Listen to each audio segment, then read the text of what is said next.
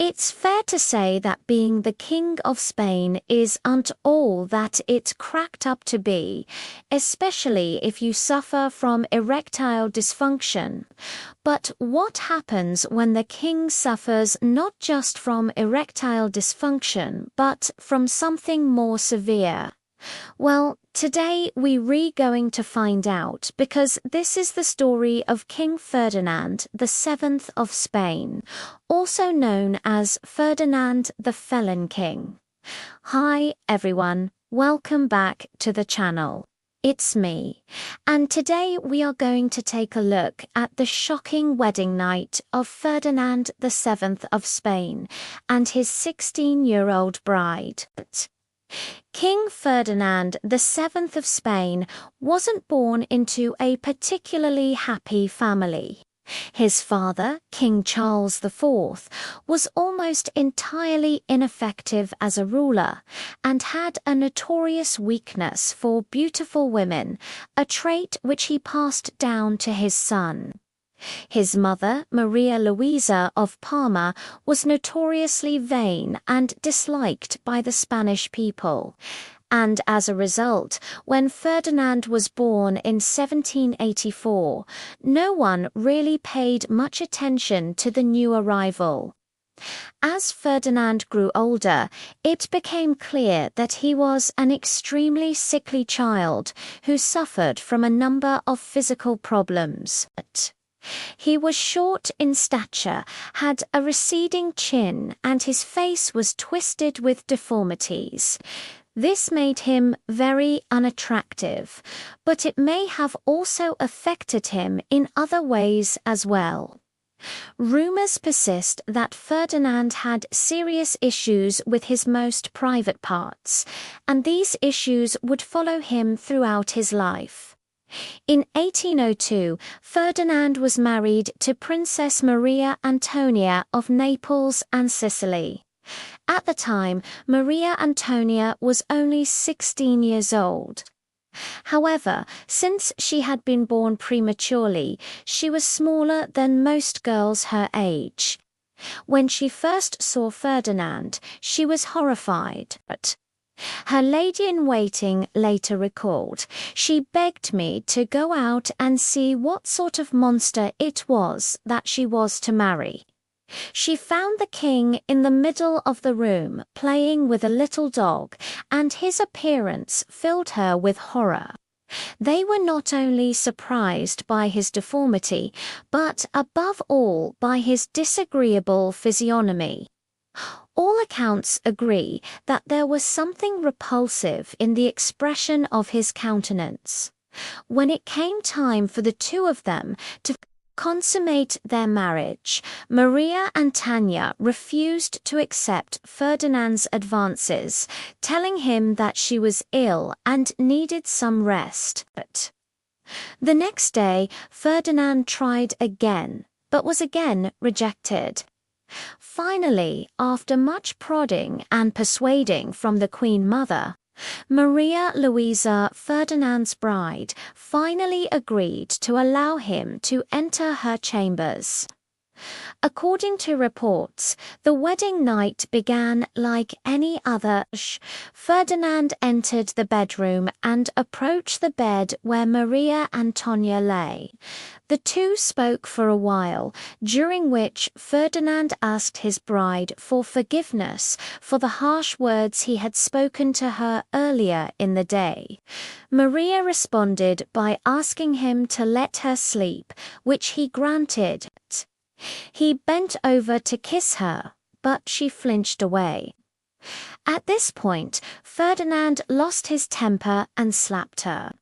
The bride then screamed for help, at which point Ferdinand's attendants rushed into the room.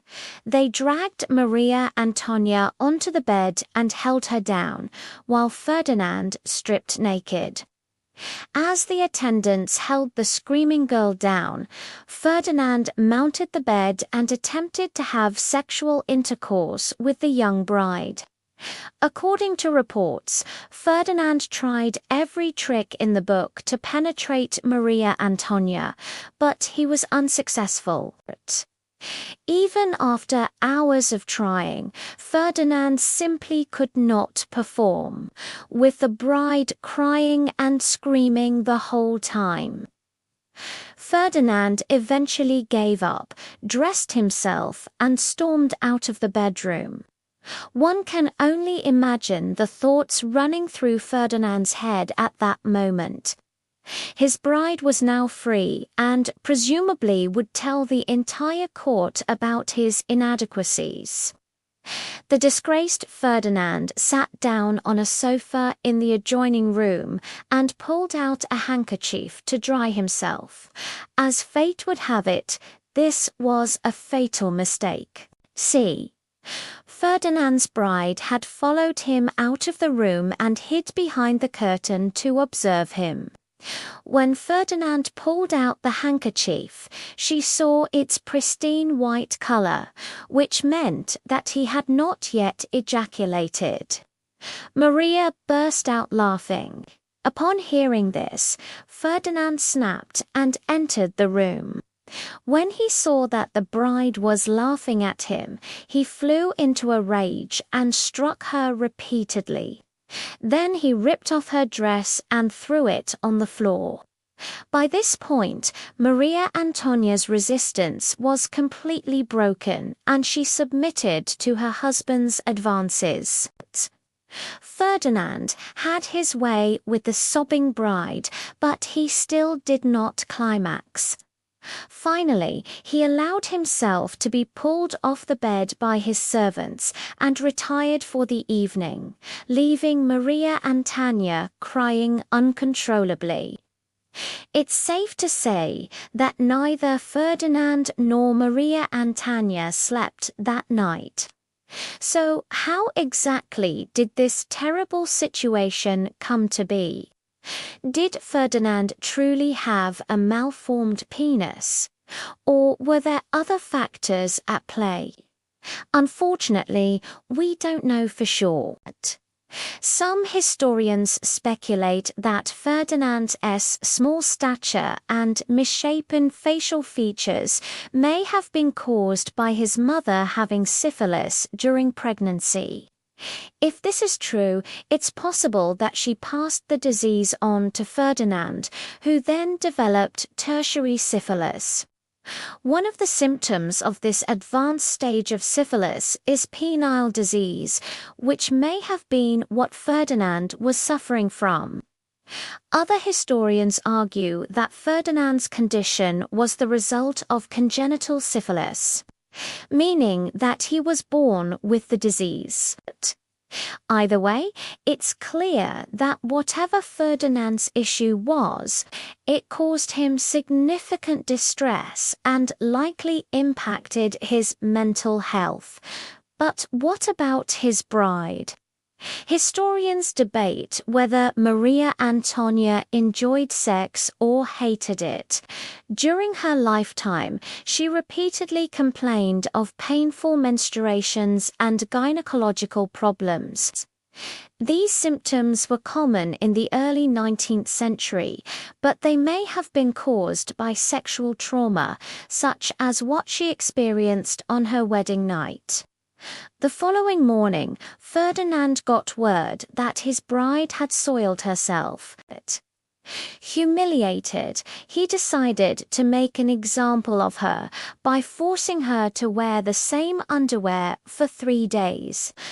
The couple did eventually consummate their marriage and go on to have 4 children, but none of the children lived beyond early childhood.